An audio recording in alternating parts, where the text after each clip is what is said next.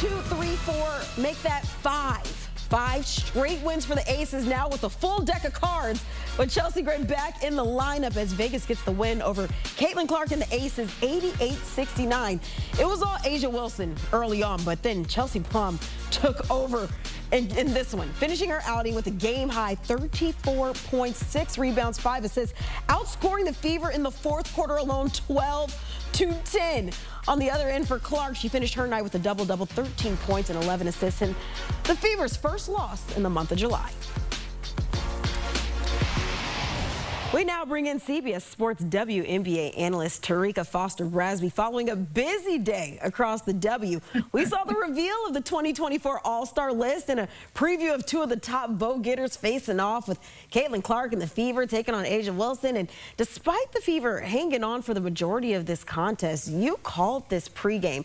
You said the Fever cannot afford to let the Aces, one, hang 80 on them, and you cannot afford to go bucket for bucket with the defending champs.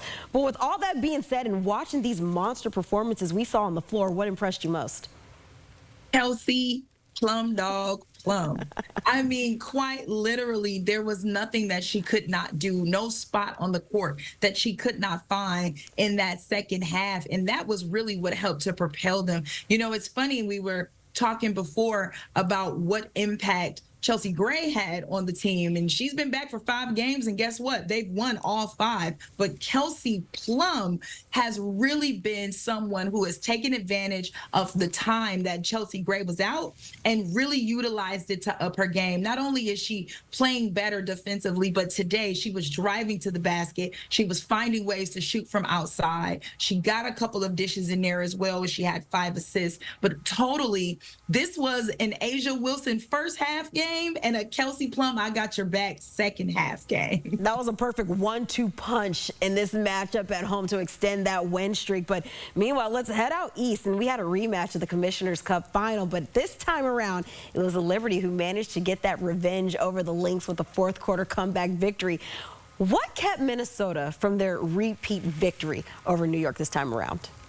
Well, really everything that previously had gone wrong for New York tonight suddenly seemed to go right. They did a great job of making Jonquel Jones a factor. She was held without a field goal. Minnesota played great defense on her in that Commissioner's Cup. Tonight, she returned to MVP form. She had 21 points, 12 boards. We said Stewie needed to be effective offensively. She needed to help minimize the second chance opportunities for Minnesota. Well, she did that. 17 points, 17 boards. Sabrina Ionescu, she was listed as questionable. She gave us 37 minutes and 17 points as well. The defense was locked in, and Minnesota, quite honestly, didn't do themselves any favors here either. They missed 10 shots late in that game in the fourth quarter. They turned the ball over several times. I mean, really, New York just proved to be the better team tonight.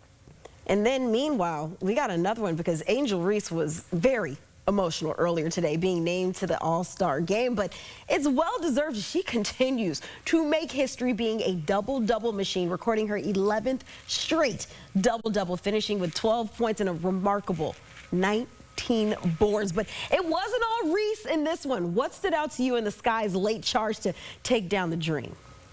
Well, ironically, as we're bringing up old stuff, why are you always bringing up old stuff, Kiana? We're bringing up old stuff right now because I mentioned that one of the people who I felt was snubbed from the All-Star team was Kennedy Carter.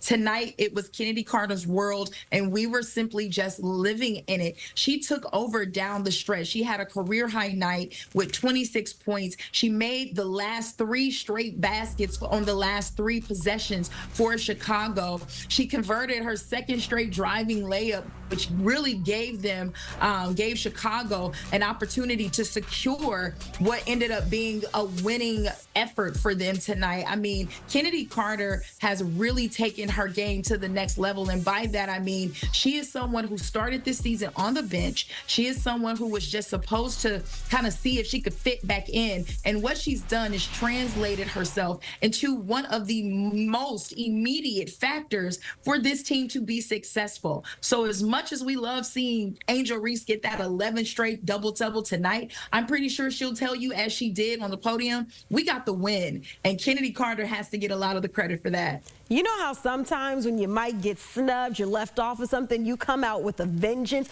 Perhaps this was that outing for Kennedy Carter, having a monster outing and leading the Sky to that victory. Terrika, we got plenty more action on the way, and we appreciate you stopping by to chat with us. Thanks so much.